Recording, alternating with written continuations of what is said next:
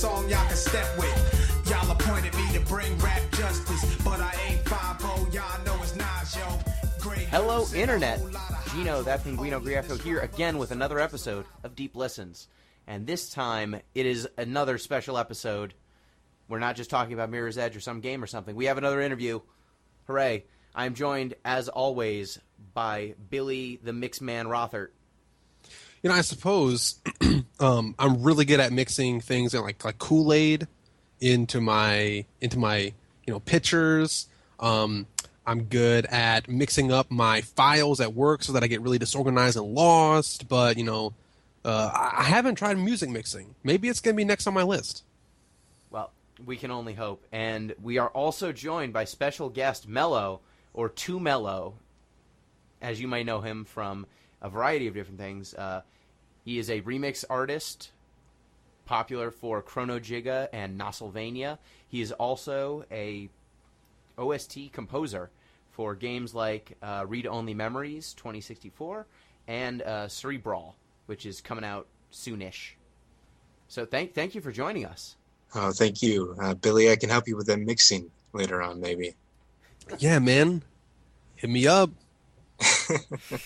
Yeah, when we were starting this podcast, I believe I asked Billy if he knew how to make music or if he knew anyone who could make music, and he said maybe, and then that just never happened. So any help you can give him on just about anything would be much appreciated. I look, as the one and only and audio editor for this entire production, I feel like I've gotten us pretty damn far on no experience or background. You have, with bubblegum and shoestrings. And we're making it, baby. Yeah. From here to Hollywood. Sometimes I still feel like I'm working with bubblegum and shoestrings as well. I guess that's a good place to start. So, with being a OST composer, what does an initial when you're starting on a game, what does that actually look like? Does a developer approach you and say, "Hey, we love your sound. We'd love to have you work on this game," or is it something you're reaching out to developers who might not have, who might be a little bit indie and need help? So in my case, I've had 3 completely distinct experiences so far, and they've all been very interesting. So the first one, when I was contacted to work on Read Only Memories, I was actually just going to be one of a few composers who were contributing songs to this Kickstarter to kind of show the theme of the game and the mood through music, because you always like to have as many clickables as possible on one of these pages to show what the game's going to be like. And from there, during the Kickstarter, I was just offered the position of the lead composer, kind of as the person who I guess maybe showed the most hustle during the Kickstarter phase. For another game, Cerebral, I was contacted by a friend who said, "Hey, you might want to send some tracks over to my friend Elliot, who is spearheading this project, and I'm also involved." And I ended up sending a song very informally through a Facebook message. Great. For that one. And there's another one that I'm actually applying to right now that I can't talk about, but for this game, I was only shown art. And the art was extremely evocative, so it worked, no problem. But I was shown some pieces of concept art and asked to make some samples for that. So for Cerebral and for Read Only Memories, how much of a game was there by the time you were contacted or kind of brought into the loop on composing? For Read Only Memories, there was a vague reference to wanting it to be like Snatcher. And also wanting it to be very inclusive, wanting it to be about San Francisco. That was pretty much the 3 things that we had. Future thing, plays like Snatcher, feels like Snatcher, inclusive, San Francisco. That was... Wow. That's a pretty blank slate. It's really exciting. And then Cerebral, did they have the demo yet, or any art, or was it again like 2D fighter? There was a few pieces of art of the characters at that point, and all I was told was, could you make something like Third Strike? And I'm not like a fighting game player, but I really love the soundtrack for Third Strike in particular, so I was like, yes, I can. That was actually, I was listening to I guess I only found 2 of the songs for Cerebral that were out online right now, and I'm like, this sounds a heck of a lot like Third Strike. Yep. Which I am all for. I love the sound of Third Strike. Gino loves the sound of just about any fighting game music, so That's accurate. not saying it's not an impressive feat, but yeah, Third Strike is hella good. It's only because the people that make fighting game music are so talented. Clearly. And also loops are very important when you're trying to get work done. It's important that songs don't have lyrics for me. Yeah, actually, man, Street Fighter V soundtrack is pretty hot right now. That's true. So when you're kind of starting from that kind of scratch, what like are you just opening up a blank? I guess what tool are you using? Are you just using like an audio mixing tool or a keyboard and you just go from there? Yeah, I start on a keyboard most of the time. And what I do as far as influences, if the person asking for samples hasn't given me anything, it's just a gap between like what I know they might want and what I can do. I try to bridge that gap with examples from my own experience, like things that I think their thing is like, even if I'm not sure if it is like that thing. And I'll start like noodling around with ideas based on that music that I'm hearing, and look at these images or whatever I have and see if there's anything that sparks anything in me. But it can be extremely open-ended, and it's really fun to, once I've completed a project, like when I completed Read Only Memories, I looked back on my old sketches that I had done probably about 5 or 6 songs before hitting on what ended up becoming the sound for the game, and just listening to those other songs is really bizarre now. Can you at least get the fragments of where the songs ended up going, or is it just like a completely different game? It's so what happened with Read Only Memories that eventually directed me was that the art director, who also played a big role in the music, that's JJ Signal, told me that he wanted the sound of the Genesis, basically, which is the DX7 Yamaha chip. It's this very specific FM synthesizer sound that is extremely like immediately recognizable from anyone who had a Genesis. It's very clear and it's a little farty. In a way. It's charming. And so once I knew that was the sound, I was able to proceed. But before then, I had just been making things that were very melodic, kind of Daft Punkish. Like they all had a really good like 4 on the floor, energetic feel to them. So I can still hear those elements of the raw music, even though I ended up going a different technical direction. Yeah, if you want to have my interest, you can say you went in a Daft Punky direction, and I'll immediately be like, yes, you should. Yep, that's the one. It was a very Daft Punky direction. Outstanding. Go ahead. Well, yeah, I have a question sort of about the production here. Like, when you say you're given concept art or you're given some sort of, character model or anything like that, and maybe like a general theme, you say you start looking at things that are both your work and other experience. Can you elaborate on your other experience? Like, where do you have like some places that you particularly go to like find muse material, or like do you search just like YouTube or SoundCloud and say like, I need to find something that kind of sounds like California. Let me just like listen to a bunch of cool stuff that would have that vibe and like divine my own flavor of it. Well, I have so one thing that I do is, as a hip hop producer primarily, then I do a lot of sample digging. So I go to a lot of blogs where there's these people who just out of complete love for like rare or unreleased music will go and find these rare materials and upload them in like the most pristine quality they can just for other collectors. And I'll go to these places and look at the tags they've done. Like maybe they would have a tag for like California Soul or something like that. So sometimes I'm able to draw from that resource, just knowing where to mine for unique music. But other times I just have something that reminds me personally of the thing. Like, for example, one of the games that I'm trying to compose for right now is more of a horror thing.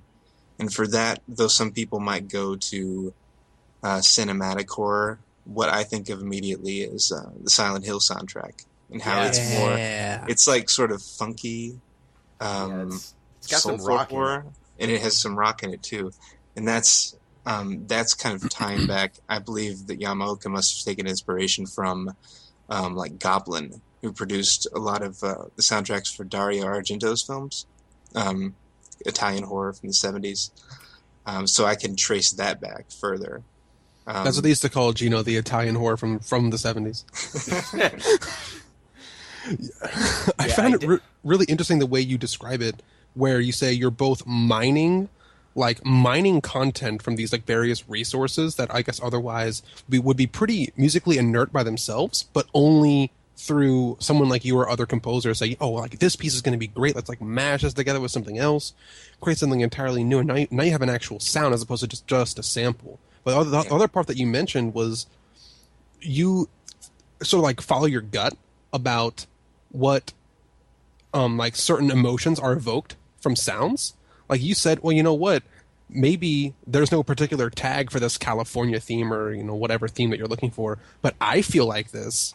I mean, how often do you just trust your gut that, hey, if I feel this way, I bet other people would feel this way too? I do that a lot. I'm actually pretty much completely self-taught.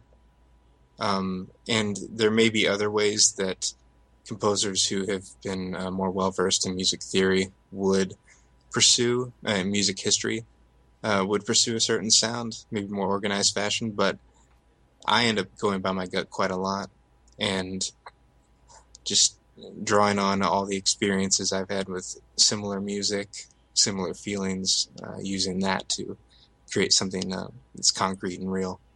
Yeah, that's something that I had questions about. Just so then, do you write out like sheet music, or is it largely you're playing and if you're feeling it, you just keep going, and then if you need to come up with sheet music, you can go back and look at the tape and derive backwards instead of writing and then playing? I definitely keep the instrumentation in mind, even though I'm not always manually playing out everything I write. I keep that in mind because there was a very good talk at GDC that I went to recently that could sum this up. And it is that you don't want to play something that will make you don't want to compose something that will make your flute player pass out from not being able to breathe. You know, eventually, if you were able to transcribe stuff for an orchestra to play, you wouldn't want to be up late at night, the night before you were going to go conduct them, realizing that all your parts that you wrote could not be played by any human being. So it's good. It's good to keep in mind while composing, like, okay, I need this part to breathe. I need this player to take a rest here and the other players to come in. Or I need 3 people. Yeah. Yeah. Yeah, like, I like to think about limiting myself to like 4 or 5 instruments for a song. Sometimes, like, this would be the amount of people who I would need to play this song. And that can be nice for contributing to an overall more natural feel, like a song evolving, inhaling and exhaling, going back in on itself in cycles. Very cool. So it's all good. I wouldn't even think of that element, but that's totally something that, as someone who has been to a video game like orchestral performance, Mm-hmm. there are some things that it's like, wow, this was definitely composed for an orchestra, or with an orchestra in mind. It totally flows. And then there's some where they make it work. Yeah. But bless them that they made it work. But Think about like the Chrono Cross and Chrono Trigger orchestra renditions. Those are artful. Yep. Those are so well made. Yeah, in most cases they're way different than what the original song sounded like, but they work. Yeah, and then I went to Video Games Live, and I think they orchestrated someone playing, it might have been Pong or like Sonic Level 1. It was some early video game, and they tried to live orchestrate all the sound effects on top of it. And I was just like, please don't mash any of the buttons. That poor person who's making the jump sound. That'd be very cruel. So one thing you mentioned that for read-only memories, they wanted it to sound kind of like a Sega Genesis game. Yeah. What does it, once you hear that, do you have to go into a sound library to get like Genesis sounds? Or Sure do. I had to, I didn't have a Genesis. So if you're asking me about 16-bit game music, the first thing I think of is the sampler inside the Super Nintendo, 12-bit samples. So I had to figure out, like, from the start, basically, what makes these FM sounds. And I realized, thankfully, I already had a synthesizer that could do them, which is the Native Instruments FM7, if anyone's interested. Cool. Most of Read Only Memories was created with the FM7, because there are DX7 preset banks that can be loaded into it that get you pretty close to those sounds, and it just takes a little bit of tinkering from there. Cool. So you didn't have to go get a Genesis and pull a card out or find a sound library. I totally could have done that.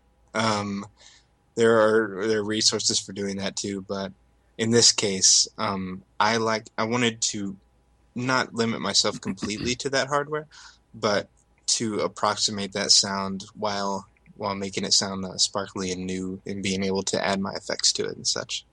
Yeah, and I definitely detect in Read Only Memories like a little bit of jazz in there that I don't know that maybe it was saxophone or some instrument that was out of place in terms of what the drum hits were doing. But I liked the nice blending of them. It definitely made sense. Yeah, I had to get my Blade Runner on and throw a live saxophone in there for a little bit. Blade Runner. I just needed it to soar like that for at least one song. Mm-hmm. When I think about the panorama of like the Sky City in Blade Runner, I just think about like that like cool like 80s like late 70s noir kind of yeah, just Deckard going out on his apartment balcony and exactly looking at the city. That's like the moment of that movie for me, musically. Yeah, Neo San Francisco.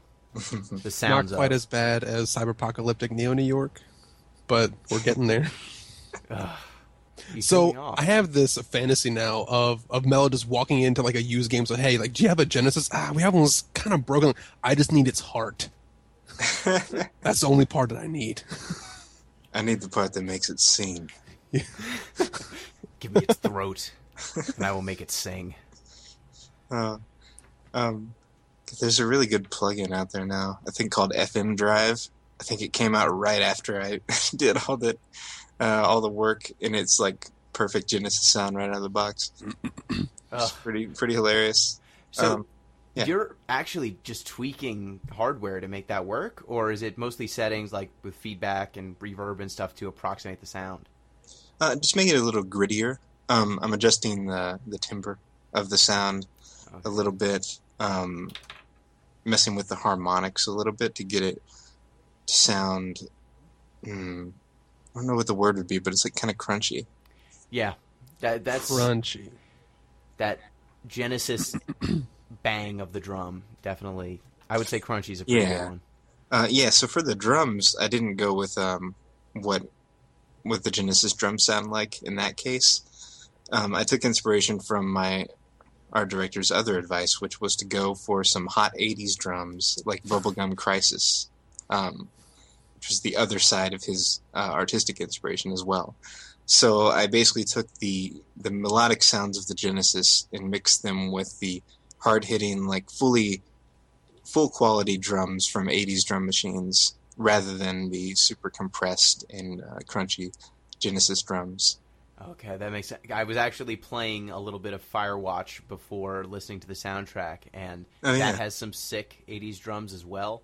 Yeah, that I heard that the band that plays off the Teens radio, right? Yep.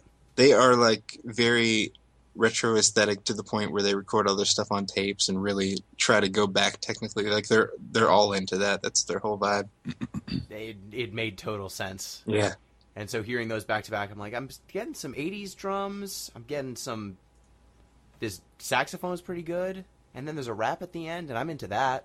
So I guess before I talk about the rap, I would love to know just when you have those additional instruments like the sax, are you playing an actual saxophone, or are you going to a sound library and working from there? In that case, I was going to a sound library that just happened to work for me. It was actually a quick sketch, and I thought about possibly doing like a saxophone session of what I got from those samples and just going over it. But the more I listened to it, the more I was like, no, this is good, like the way it is. Nice. So yeah, I don't have too many resources beyond just having a lot of samples, so I would have to go out and do a session with a musician for that kind of thing. That's something you consider at the beginning of the project, usually, like asking the people who've hired you, hey, are you expecting to have a lot of live instruments on this, or this is where I think some could help, sort of in my proposal. So with working with a small indie team like that, are you given a budget up front, or are you kind of working with the expectation that at some point there will be a budget, or how does that even work?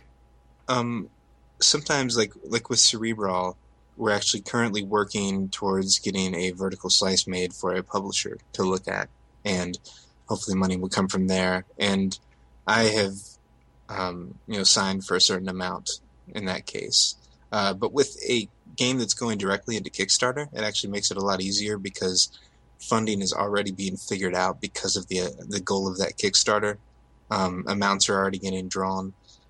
So I don't think I've ever worked on a game too long without knowing exactly what my budget was. Okay. And if for some reason the Kickstarter does not hit at that point, it's kind of a sunk cost, or it can be. Still make good. Yeah, it depends on what goes on, but if I'm contributing like 2 or 3 songs to a Kickstarter, which is usually, if I'm very passionate about something and I think it will succeed, I have no problem just putting those down without pay. Yeah, everyone on this podcast, contact me immediately about your hot game ideas. You can try to get some songs out of me. No, for real stuff. And so usually that could be a sunk cost for me, or I'll just make sure to retain the rights to those songs so maybe I can use them again somewhere else. Cool. So are you, I guess to retain the rights to them, are you actively like making sure that there are contracts in place and that kind of stuff? Because from what I've heard of games in development that are indie or Kickstarter, it seems like it varies wildly in the level of professionalism in terms of, okay, this is yours until we're funded, at which point here's the breakdown of how everyone's getting paid, and then we're all cool, versus we're all working on this thing and we're all going to be fine, right? So we don't need anything written down on paper. Right. We're all going to be cool. Yeah. I like to figure it out pretty early, or in Cerebral's case, it wasn't until we began directly approaching publishers that we figured it all out. Got a lawyer involved and just went over everything and made contracts. Nice. So I've never been involved in a project where that was as loose as that, but I can totally see that being the thing. Usually I just like to know a few things. I just like to know if I can sell the rights. Not if I can sell the rights. If I can sell the soundtrack solo. That's a big thing for game music composers, to retain the rights to that soundtrack for sale. And essentially to know if there will be a separate negotiation if any DLC or extra content comes up later on down the line, and I'm not still like somehow roped into being on the hook for that, for like all content the game would ever have. Mm-hmm. Yeah. So you also did the sound effects, correct? Yeah. So that recording, how does that necessarily work? I assume that those come after you've made some of the background songs, so you've got a little bit of a aesthetic going on, and then maybe when the gameplay starts existing, you have sound effects, or does everything come before? I don't know if I can tell you from a professional standpoint, because to be honest with you, that was my first sound design job, and it was a super surprise. It was like, hey, so our sound designer dropped out. You want to do the sounds too? And I was like, inside, I was like, I've never made a sound before in my life, and outside, I was like, yeah, let's do it, because that's how you have to be. That's a good tip I can give out. Just jump into everything. That's the best experience comes from. Because it turned out fine. I've interviewed people before. This is the thing I do regularly. Yeah. So for the sound design, what I eventually did is I just wanted to make the sounds mostly synthetic, and I decided to make them with the same synthesizer that I used for everything else. So the sounds were weirdly melodic, some of them, and so I just tried to draw on my experience in creating sounds for music, so that this UI tone would have a little chord. It would just be a little chord being played downwards or something. Or this sound for a character being annoyed will just be like an angry brass instrument. And I'll think of it that way, and I can eventually get there to a sound that sounds good. The hardest thing for me to figure out for the longest time, and you could tell from like the sounds in the beginning of the game to the sounds at the end, you can actually tell. And I was trying to figure out how to make something satisfying, how to make something that sounds like the thing you want to represent, but doesn't have the actual sound of it, because the actual sound of it might be like lame.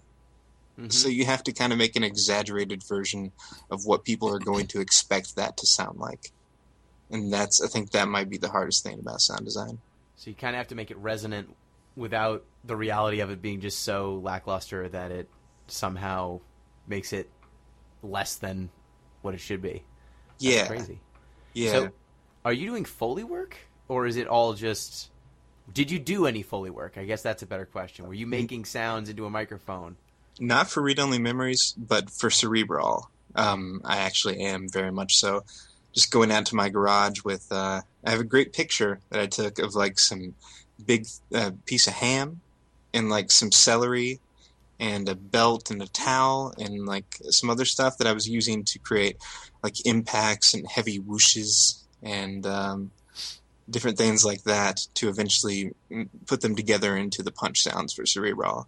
Can you get 2 coconut halves for like the clip clop of the horse? I was reading, before I started working on Cerebral, I was reading like how weirdly specific sound design stuff is for fighting sounds, for punches. And I think it was for either Raging Bull or Rocky. Oh, it was for Rocky. They bought this very rare particular kind of gourd. It was like this huge gourd, and they just had everyone punch this gourd. And just the idea of having like this precious exotic gourd being transported into the studio just so they could beat the crap out of it that's totally sound design. Sylvester, we need you to punch the gourd. They'll know if it's Ivan. They'll know. Yeah. I'm getting some flashbacks of like the guy from Spaceballs who did all the sounds with his mouth. Yeah. And stuff like, and then from what Police was Academy. That? Yeah, he was in Spaceballs. that too. I'm trying. Oh, so there was another film. It was, I forget who made it, Disney or Pixar or one of the two. But that 3D dinosaurs movie. Oh, The Good Dinosaur. That's Pixar. Or was it Good Dinosaur? No, it's called Dinosaurs. You mean Dinosaurs, the one from way back. From way back. I'm talking like this was like one of the first IMAX movies like ever. Okay, yeah, like, that thing. Throwback. They're trying to find water. Yeah. They were trying to find water, and they used like crackers, like just like a bunch of like saltines, and then they just like crushed them, but then like stretched out that sound so it sounded like crushing earth. Nice. Like that's pretty close, right? Yeah, and it's terrifying to think about, like, when you're making a sound with one thing, all the possible little quirky things that could also be used to make that sound. Like the documentary for The Last of Us called Grounded. It's a great documentary. There was a point in that where they were talking about how they made the clicker sound effects, and they made it with some very specific weird mouth things that they would do. And someone on the documentary team mentioned casually, like, oh, I thought you would use like one of those Snapple pop caps or something. And the people on the sound design team are like, oh my God, why didn't we think of that? It would have been so much easier. That's exactly how I felt so many times going out and just making Foley with very little experience. Like, I bet there's some stupid thing I could buy at a department store that would be It's a 35-cent perfect solution, but no, I had to get a cat and like a wrench, and that's how I did it. It's a terrible and amazing thing. I saw, I think it was a documentary of the making of some movie where they were showing some of the Foley, and they were making thunder, or the sound of lightning and thunder, with sheet metal.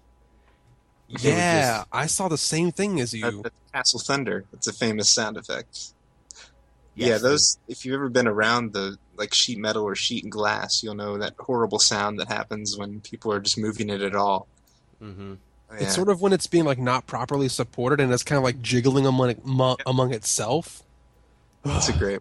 It gives like chills up my spine now.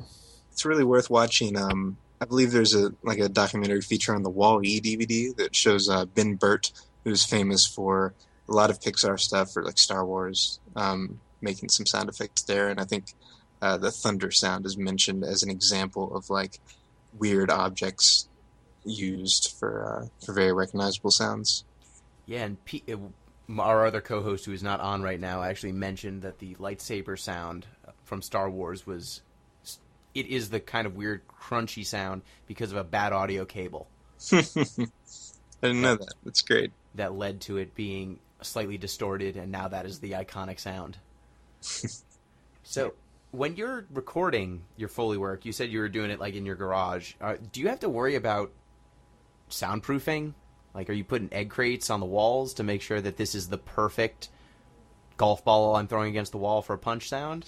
Yeah, as far as acoustics go, I'm usually doing the best I can. I'm still a bit of a bedroom producer, and it is a fun lifestyle, but it's not always the most professional. So I have an amazing closet that is like, I don't know how this closet came to be the perfect acoustic sound, but it really is. So I do some stuff in there, but otherwise, I'm probably not thinking about that stuff as much as I should. That'd be the short answer. But I feel that my expertise on the software end is such that I don't have to worry too much about it. I can get something clean enough for now, I suppose. Makes sense. If I remember correctly, the entirety of the Bastion narration was recorded in a closet. I think Logan Cunningham recorded that mostly in a closet because he was in a separate location. Which, I guess that segues onto another question. Are the teams you're working on completely divided, like in terms of where people are? Or is there a main base where a lot of the developers are, and then you're kind of off doing your own soundtrack thing? Yeah, I would say there has been a sort of base for both Read Only Memories and Cerebral. Read Only Memories is San Francisco. Like, more of the people than anywhere else are there, but we really are all over, even different countries. Whereas with Cerebral, it's like 70% of the team is in Seattle. But I've always been an outlier, and we accomplish things by way of Google, basically. Hangouts, sheets, documents, having a scrum every day at a specific time, or every week if production is going slow, having sprints, tasks through Asana, are kind of the way that we keep up with each other. I imagine that it might be something like I get emailed whenever I need a sound, but as it turns out, it's much more organized than that, thankfully. Good. Cool. So is there like a sound repository that you're dumping stuff into, and then you hit everyone up with an email, and it's like, hey, new background songs in, plug it in? I have been lucky enough to eventually figure out how to plug stuff in. So I'm working directly in the repository for the game. Like both Cerebral and Read Only Memories have used Unity, so there's some common knowledge there that I can use. And I've been able to plug in most stuff by myself. I'm by no means an audio programmer, maybe never will be, but I know enough to get what I want for now. But at the beginning of Read Only Memories, I was definitely just emailing someone and being like, hey, that sound, I put it in. Can you do the magic? Make the thing. But I eventually realized how easy it was, and I was like, oh, damn. Now I guess I'm responsible for this too. Yeah, also that. Part way was like, oh good, I have full control now. And the other part was like, oh, I have full control now. That's kind of how I felt when, like, the first day we did this podcast, we're like, who can edit this thing? And I was like, man, this podcast ain't going to go anywhere. I'll do it. We're going to record like 3 episodes. And it's been, 15 months later, like, no, I've edited 50 of these things now. Yeah, that's a resume thing now. Don't remind me. This has been a journey. A great journey, like the game journey. It's Game of the Year quality. So does that mean did you have to squash any bugs for your own audio? Oh, I've at least reported stuff. I think, well, so sometimes I will put a punctuation mark in the wrong place and I'll create a soft lock. Yep. That's totally a thing that I've had to fix, and sometimes I've done it and then realized it with testing. Actually, most of the time I test right after I plug something in. There have been a few times where I'm just like, oh, whatever, I'm just changing one value. It's fine. I'm totally good at this. It'll be fine. That's semicolon's totally a semicolon and not a comma. Now, when you say that, do you mean like, oh, this should be the uppercut like sound, but instead it crashes the game? Yes, it's one thing out of place which causes the computer to get confused. It's like there's an end of a tag is missing or something, and the tag will just kind of flow naturally into whatever's after it, and that becomes just a mess the computer suddenly can't understand. My computer yells at me whenever I don't manually put .mp3 at the end of all of our... Yeah, because then it can't podcast. interpret what that file is. Well, really. yeah, I know, but like usually that's just by default. Like when you export something, it's like, hey, you're going to export it into this format, and it'll do it for you. But Nope. Yeah, it's just that computers are so smart but so silly at the same time. So really, Yes. one thing out of place, one digit can confuse them completely. And that's- Runtime errors, Billy. They're the bane of my existence. yeah, buddy. So, getting back towards the actual soundtrack of Read Only Memories, there is the song Love You Better, which Yeah. is probably... Or Love Me Better, sorry. I think you said... No, it's You called almost Love Me Better. convinced me. Almost. I don't remember. No, I'm kidding. That I mean, I want to say it's my favorite. I like some of the sweet saxophone and the actual Turing's theme. I like those songs really a lot too. But you actually rap on "Love Me Better," correct? I do a little scene in rapping combo, and then I brought Samus in, who you may know from her hit EP so far this year, Infusion, to do a verse. It's like a real nice throwback 90s thing in the middle, and then I brought it back in, singing and doing a duet with my friend Heather. Nice. So you see, yeah, basically the direction for this song was, we always knew we wanted to make a good credit song, but I wanted to make like a feel-good summer blockbuster movie credit song like they used to have, where like this song was made just for the movie. Like Kiss from a Rose was one of these. Yep. And Bobby Brown's On Our Own for Ghostbusters 2 was another one. And Nice. that was actually the one that this was directly modeled after. I like to think that you're the seal of video game soundtracks. Didn't Yeah, I'm Seal make trying. Kiss from a Rose for like a Batman movie or something? Yep, it was, I don't remember, maybe Batman I Forever. think it was the Val Kilmer one. Mhm. It was one of the ones that was like Val Kilmer or Michael Keaton. I can't remember which one it was. Yeah, Either way, like that movie was good because Seal made that song. Yeah, it's just the feeling, like that last final thing the movie gets to tell you or show you. And Love Me Better as a song is kind of like reaffirming the message of our game, which is to love everybody. Sort of reminds me of an Better. episode of Code Monkeys where they blew like 95% of their budget to get, I think it was like Neil Diamond Yes. to make That like an sounds right. 8-track for the If for you them mess for with their the diamond, you're gonna get cut. yeah. Jesus. Man, this What is a weird actually show. pretty intense. So, did you write like that rap out, or did you freestyle it and then workshop it and go from there? I wrote the sun parts, and Samus wrote the rap herself. And I did think at some point, like, well, what if I just like wrote a rap for someone else and had them rap it? But then I decided that'd be the weirdest thing ever. Yeah. If I was approached to do that, to rap something that someone else wrote. But it's not the weirdest thing ever because rappers do that all the time. Go figure. Yeah, I'm pretty sure Kanye only allows people to rap things he wrote for them. Yeah. Something Dr. Dre does is let the person he's on a song with write his verse so that it sounds like it matches. Makes sense. Yeah, it does. It does.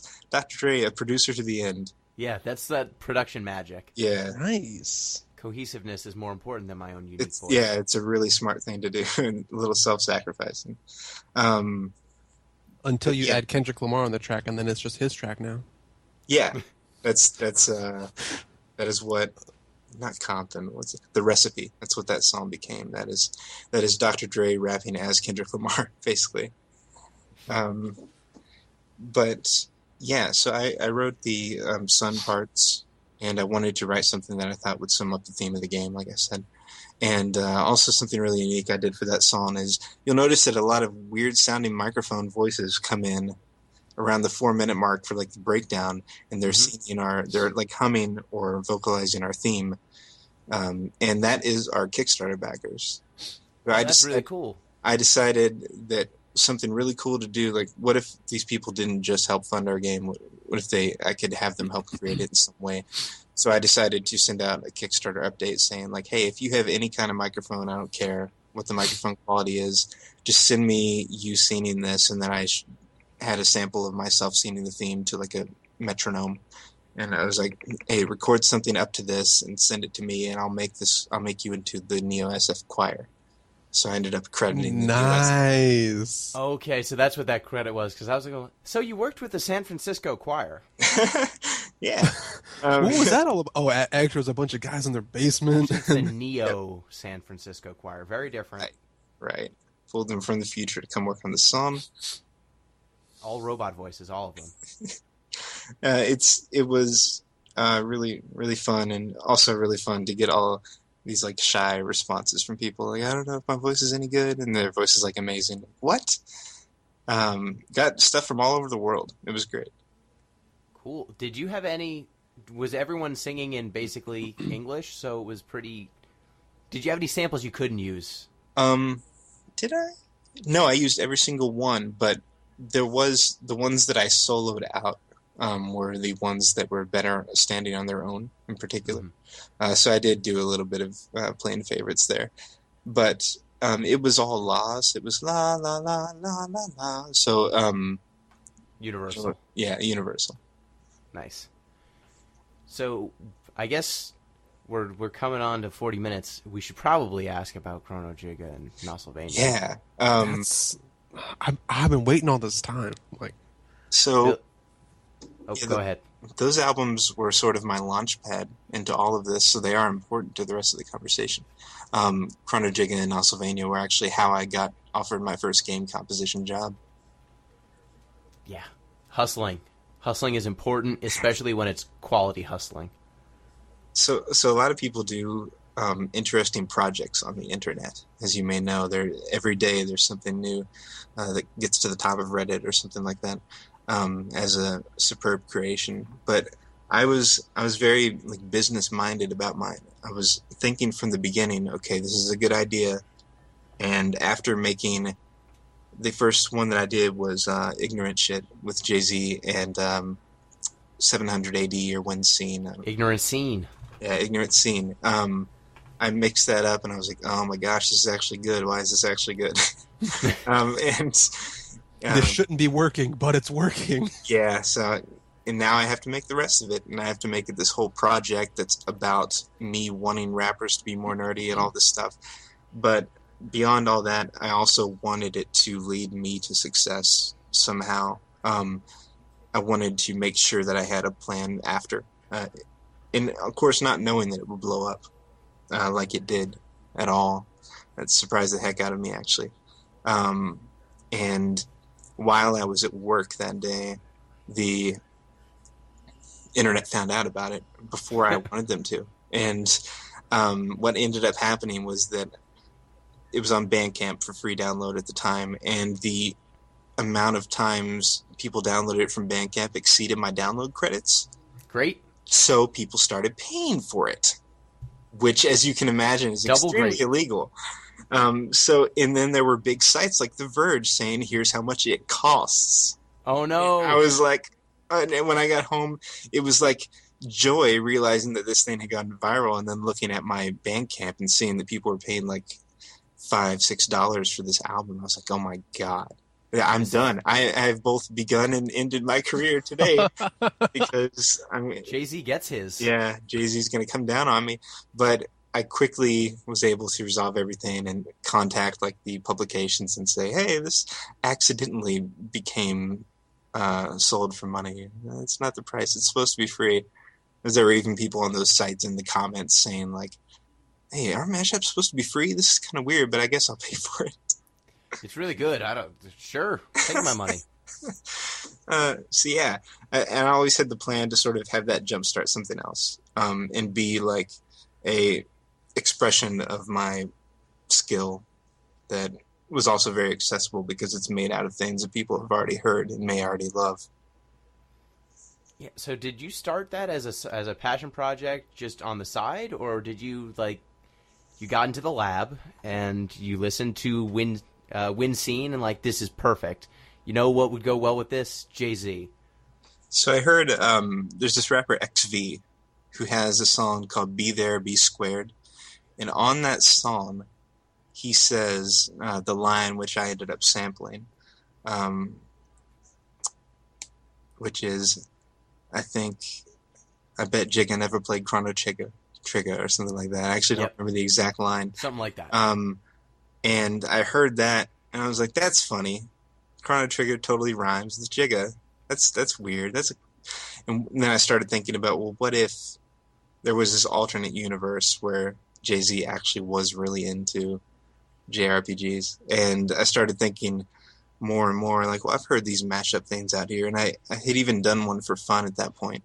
I mixed Kanye and Raekwon's Gorgeous from My Beautiful Dark Twisted Fantasy with Moonlight Nocturne from Symphony of the Night, just in my spare time, just for fun. And so at that point, the idea had been floating around in my head. And I was already thinking of this.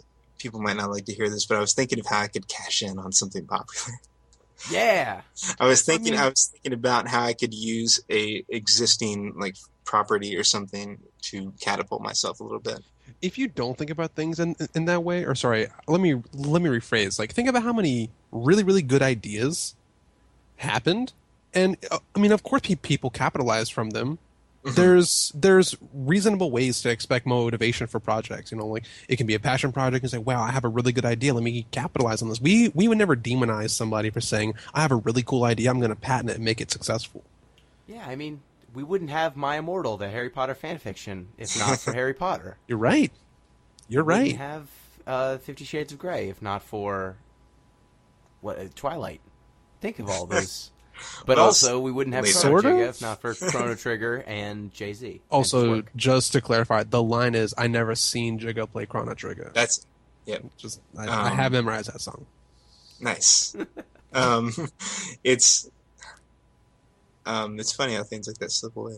But when I was making it, though, I knew that the thing that I was doing was so ridiculous that there was no way anyone would say, "Oh, he's just trying to cash in." Because why would anyone cash in with something as ridiculous as this? Yeah, if you were going to cash in, you know, there's too much effort involved in actually doing that properly.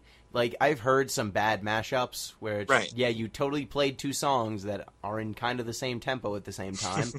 You even went to the trouble of taking the vocals out of, the background out of these vocals. But other than that, these songs do not belong together. They are fighting against one another. But you definitely did, on top of just taking some of the iconic sounds, there is actual remixing being done. Like in Nastlevania, when I actually listened to the Ether, because I listened to Mid Boss Takeover actually before I ever listened to the Ether, which bad me. I'm sorry. But I learned about a whole bunch of verses that were in the Ether that I didn't know because I'm like, oh, Mid Boss Takeover's. Yeah. And I minimized those full songs to make it more like a back and forth fight, of course. Which, when I thought of that idea, I was like, oh my gosh, I have to do this. I have to bring back this Jay-Z and Nas feud through like their own respective things that I mashed them up with in their own characters that they have now, like the Belmont Nas and. Yeah. You've got your own sub-universe. I do. I really do. And that's when I realized it, that I could like bring these characters back. And yeah, so I actually usually reconstruct the game tracks to some extent, unless they work on their own. I will add some enhancing elements like Life is Bloody from Nastlevania is Bloody Tears.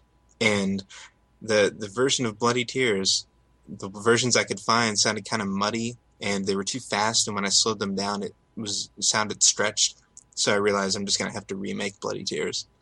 just for this song. So occasionally I go that deep, and occasionally it's just adding on like some nice live instruments to sweeten it a little bit. And usually there's always at least the bass and drums to get it kicking, because and one thing I noticed while reading like reviews or observations on my mashups is that people will go back to the original video game tracks and be disappointed that the drums didn't always sound like that.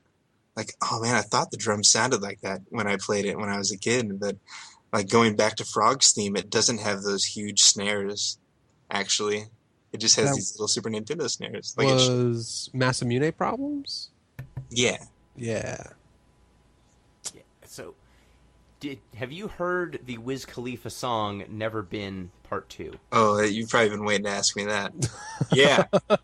Yes, in fact, I was bowled over by that song. I was in love because, oh my God, this mixtape, Cushion OJ, that was really hot at the time, and still really hot, has a freaking Chrono Trigger sample on it. What is going on?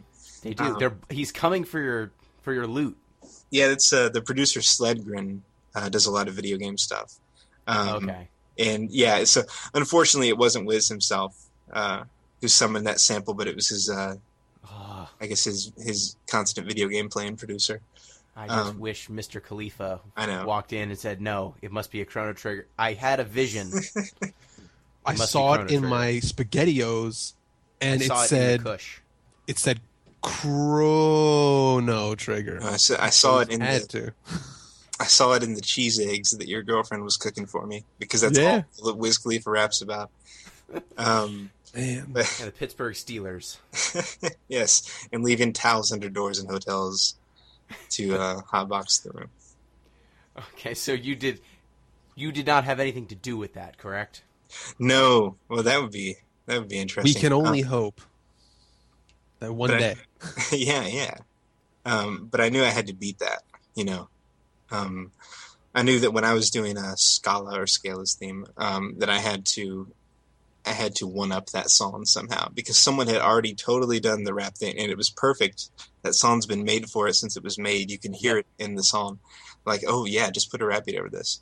So I knew I had to one up that one. Yeah, and I guess just for the fiction of your world, I think if you ever remix a Wiz Khalifa song, Jay-Z should come in and say, I was on this before you. Get out of here. I gotta find a Jay-Z sample that... Like some weak Wiz Khalifa song, and then Jay-Z's like, nah. And then starts rapping on it again. Starts rapping with a better version of the same beat. That'd be pretty good. I could even start with like a crappy-sounding version of the sample and upgrade it to a better-sounding sample. And Jay-Z.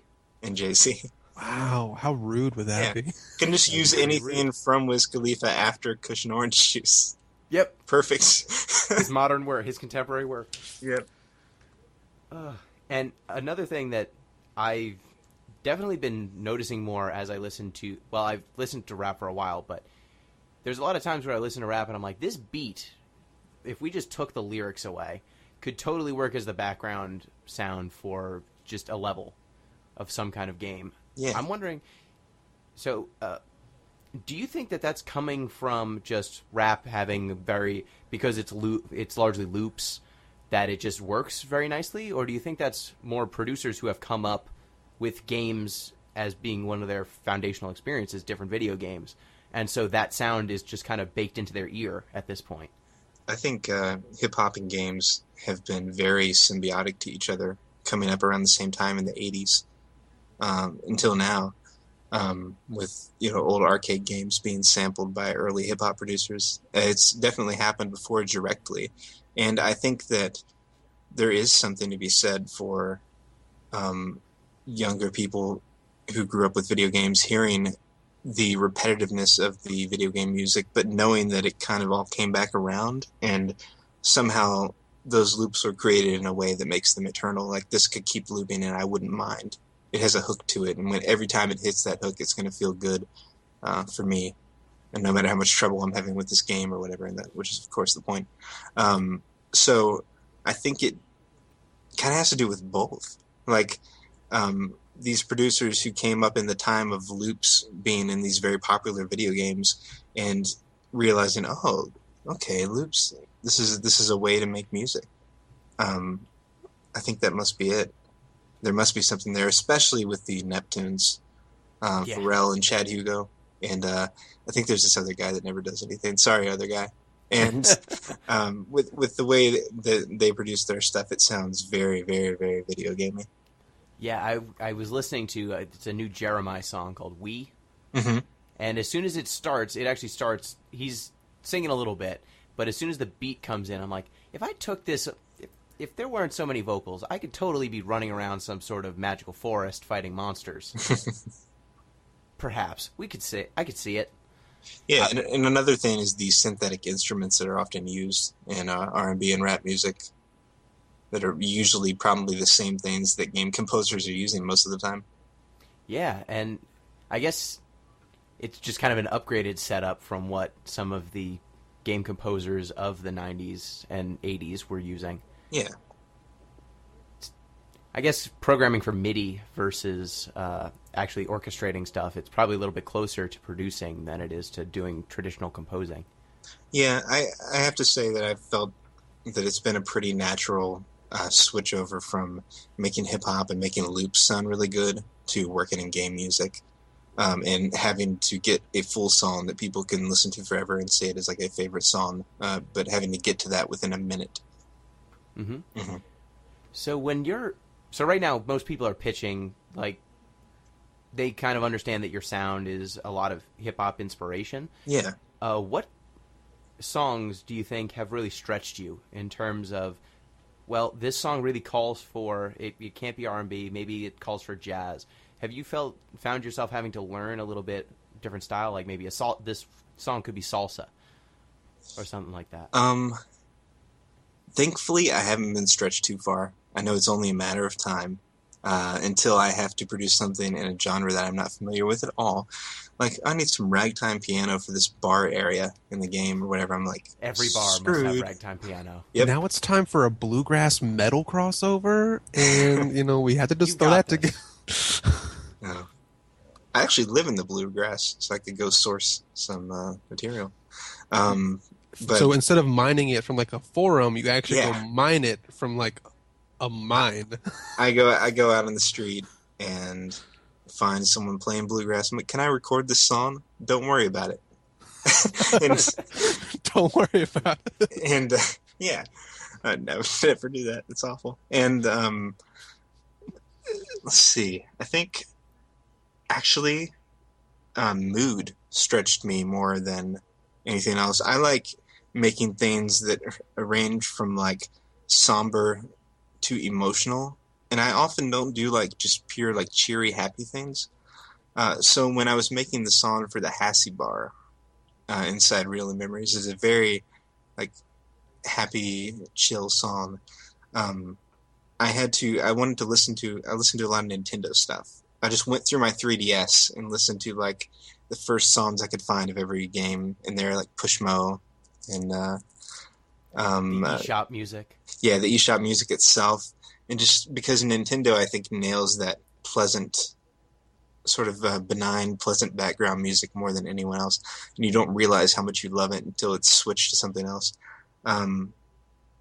So I went to that for research and came back thinking, okay, so it would be this chord change right here that kind of makes that happy feeling come in, that I realized after listening to that stuff. So I think maybe that's the most I've been stretched so far, just having to write something jolly. Very cool. So, Billy, were there any questions that are burning in you? Burning in me? Only, how... Okay, so the closest that I've come to producing any kind of audio track was using a, like, janked up like audio track reader to mash two songs over top of one another. And it was for this band that it was all about like, oh, if you play these two tracks over top of one another, they make the complete song. I'm like, I bet I could do that in my own basement. Like that thing with the Flaming Lips where you can own 4 copies of that one CD and like play it on 4 different systems. Something like that. Or like the Dark Side of the Moon, Wizard of Oz, right, kind of like mesh. Classic. Like, yeah, like weird stuff like that. I was like, I could totally do this. And then when I did it, I said, you know what? I could like bootleg Fruity Loops like version 7 off the internet, I could like make sounds happen. All right, how does a person go from having no experience but like really, really interested in something like this to messing around in a casual setting? They go from that to that by basically, well, one way is definitely to pirate a program, though most programs have very reasonable or free starter settings now. The way that knowledge of producing music has proliferated onto the internet is incredible. When I started from like 1999 to 2001, in that range was when I was starting, and there were some forums, but it was barely anything beyond that. And now there are YouTube videos telling you how to produce every sound you could ever imagine. But the way I started was figuring out what the music I listen to actually looks like when it's on paper, so to speak. Figuring out how they get from here to there in my favorite songs. So something I would do very often is actually just trace out my favorite song at the time. Just go beat by beat, measure by measure, and recreate it with my crappy little sounds. But I see the structure, and that's what is important. No, please continue. Like sometimes it is deceptively simple. What one of your favorite songs that you just, oh, this meshes together so well. How does this work? And you'll orchestrate it yourself and be like, oh my gosh, this is only like 3 or 4 pieces here. So, like, some of the things that I had thought about, and I guess there's some like programs and even some like games that can get people into, throwing sounds together. Something that comes to mind is a game that I think they originally called like Piano Hero, but then they had to call it Synthesia or something like that afterwards for like rights or whatever. Is this the one that has a lot of YouTube videos of like the notes streaming upwards? Yeah, kind of. That Thing, like yeah, okay. People can sort of like get into, hey, like I've never done any kind of digital audio creation or digital audio like playing of any kind of instrument. How can I get into it? Is it worthwhile to look for these little like cool applets or devices that can sort of get you at least interested before you dive into some sort of starter program? Yeah, that sounds good. Like just getting the basic satisfying feeling of hitting something and it producing sound playing back at you, or having the grid of a drum machine sequencer in front of you and like placing beats at different places in that grid and figuring out what makes like the drum loops that you listen to is definitely like approaching music from these little app versions of what it is before going into the whole, okay, here's an intimidating production software, is absolutely worthwhile. Then I saw, like, kind of taking a step further into this sort of line of inquiry. Once you start getting into these programs, like I think the one that I have the most experience with is Fruity Loops, and you start seeing these things that at first look like, I don't know, they're just like dots on a screen and it's kind of musical looking, but then it becomes sounds and your vision changes, you see it differently. And even now, when I'm editing this very podcast, I don't see like squiggles in Audacity anymore. I say like, oh, that's Gino's voice. I like know what your voice looks like on audio waves and what Pete's voice looks like, and I know when, like, now I've gotten really good at saying, here's where Gino's gonna say hello internet, because it looks the fucking same. Like, I'm starting to get really good at this stuff. And it's interesting because you can never go back to the way you heard music or sounds before. The way that I listened to a lot of rave music when I was growing up, and rave music is so easy for me to pick apart now. I just know everything, where it came from. As soon as I listen to it, I can see that grid. I can see their production. It's almost like you're drop. It's almost like you're in the Matrix, like looking at the letters and numbers and stuff, and now you don't see letters and numbers anymore. You see blonde and brunette, and now you see snare and hi-hat, and this is the bass line, and like you see things differently now. Yeah. And I suppose that's like learning everything to an extent, but with music and sound, it seems so much more physical. These are waves that are actually in our environment, in our microphones, in our computers. Yeah. So before you were doing this, and I guess I have more like sporadic questions. Gino had an actual narrative in mind for this discussion, but I had like 4 or 5 questions. I just want to ask this guy some cool questions because I have his music and like I don't know. I just want to pick his brain a little bit. Yeah, go ahead. I have some rapid fire questions once you're done. Good. Great. So a lot of the content, I mean, just as a consumer, as me the consumer, I listen to your music and I see, hey, you know what? I like this sound. I also like these other people, like some things that come to mind that are, I wouldn't call them like one-to-one correlations in the genre, but I'm thinking about like the Metroid Metal soundtrack that Stemage Oh, made. yeah.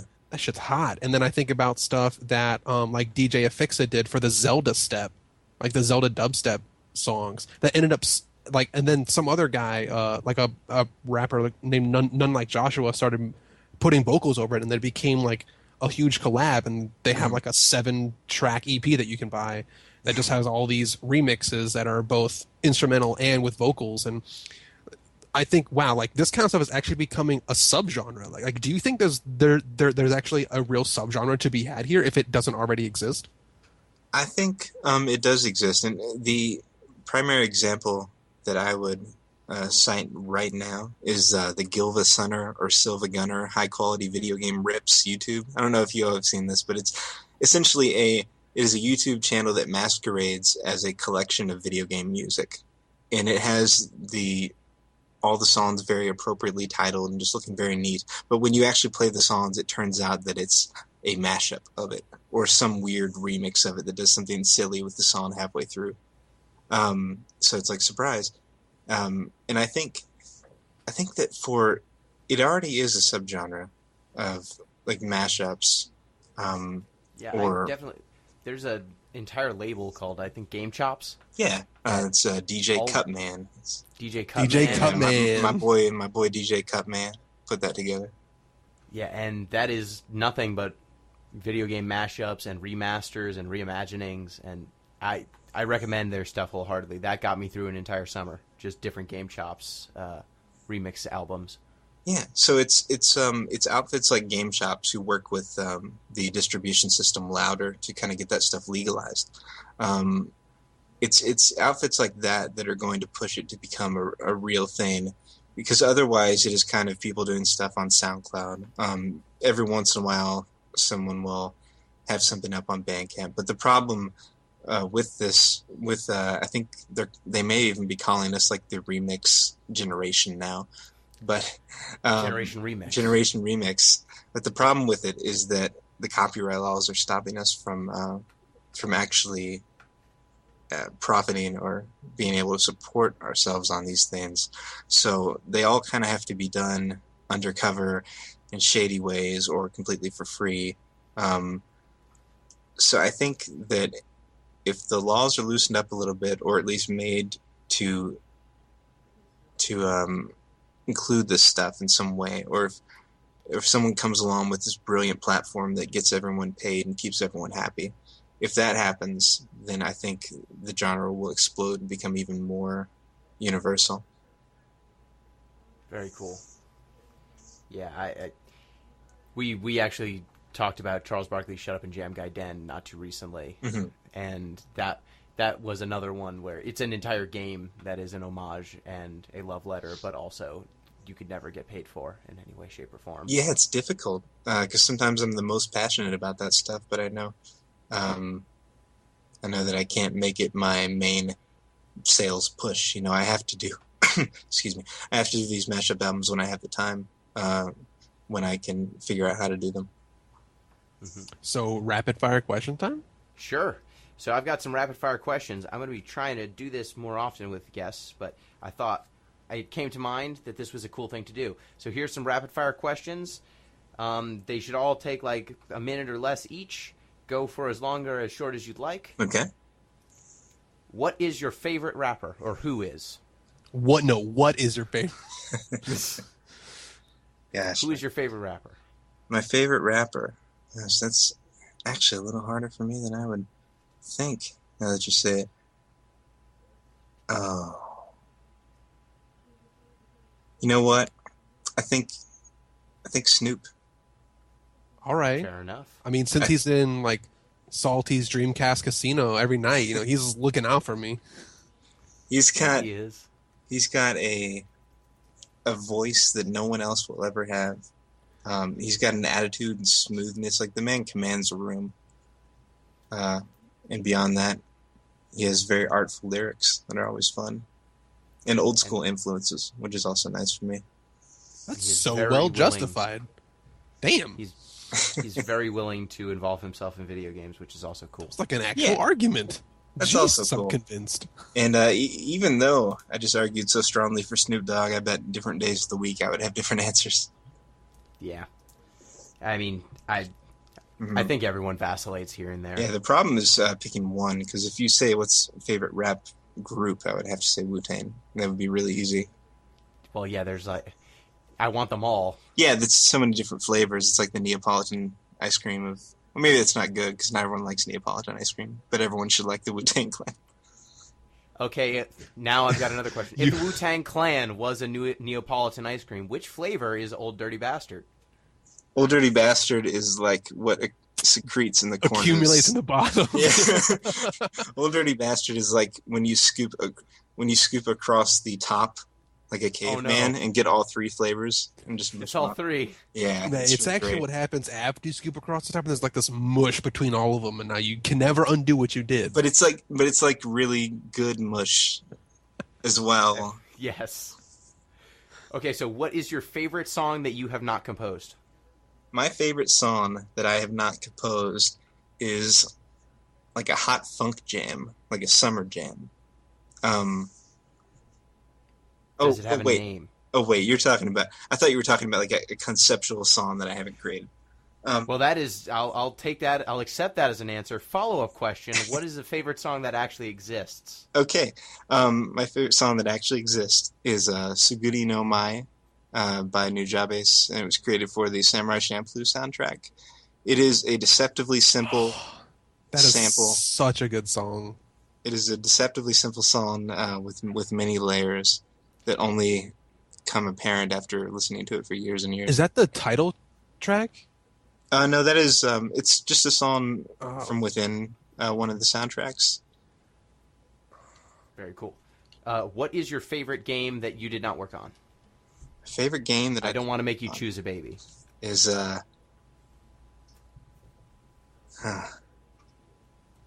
well, it's probably just my favorite game of all time, which is Super Metroid. Good choice. I really, really like everything about it, from its inspirations to its atmosphere to its approach to storytelling, game mechanics, everything. Rapid fire question: ambush right now. Save the animals or kill the animals? I gotta save the animals. I'm Softy. I'm a softy. I'm a bleeding heart. Okay, what is your favorite instrument to either listen to or work with? Piano for both, Good choice. and It's the all instrument. and that covers electric piano as well. Just to be clear. So then it's all instruments. Oh no, it's like an electric piano, like the Rhodes, or Okay. so not like an electronic piano. Yeah, Not like a keyboard with right. oops, now it's Like a all word- the sounds are like fart noises. Like a Wurlitzer, an electric Okay. piano. What is the favorite song that you've made personally? Favorite song that I've made.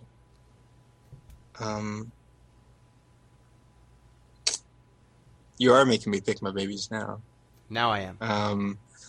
I really won't do it too like. much. I really like Cauldron Rave from Cerebral. That's a It's a good choice. it's a hard, furious track. I love it. What is your favorite song from a game that you did not make? Favorite song from a game that I did not make is it's Promise from Silent Hill 2. Good choice. What is your who is your favorite musician that people might not have heard of, but you think they should probably check out? My favorite musician that people might not have heard of, but think they should probably check out, is called Minamina Goodsong. This is Mina space Goodsong, all one word. You may have heard them in like some of the old Adult Swim bumps. They're really like joyful rappers. They're kind of like they're the Beastie Boys if the Beastie Boys wanted to give you a hug. That's the best way I've heard any musician described. That's why I've heard what it is. anything described. They're on Spotify. Go check them out. And last question. One piece of advice for someone on the come up who wants to do what it is you do. Never think that there's a job you can't do if you're even close to being able to do it. Jump into everything. It's actually the same thing that I said earlier on this podcast. And make sure that even before you get hired for a job, that you're not the person who's just like, I want to do this, that you are actually doing the thing that you want to get hired for long before you even get the chance to do it professionally. Make music every weekend. Don't just say you want to be a musician, I suppose. That is very good advice. And as someone who only got a freelance writing gig by doing the exact same thing, I cannot agree more. So thank you. I think that's all the questions I have. Billy, do you have any other questions left? What game recently have you heard the soundtrack for and said, you know what? I'm playing with that soundtrack this weekend. Are there any games that are, maybe like the last year or two that come to mind? Oh, let's see, just recently. You can extend the time a little bit, just like, I really like that Doom soundtrack. The new To be Doom? honest, yeah, the new Doom soundtrack is silly. It's so hardcore.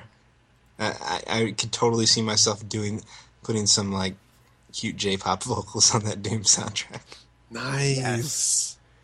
That's exactly what it needs. Hatsune Miku's Doom. I feel like we need to just ugly this track up a little bit. Let's get in here. Let's ugly the game up. One of Gino's favorite lines. I'm just going to ugly this game up a little bit. I'm just going to make this a little bit hideous. All right. So thank you so much, Mello, for joining us. Is there any way that people could get in touch with you or follow your work?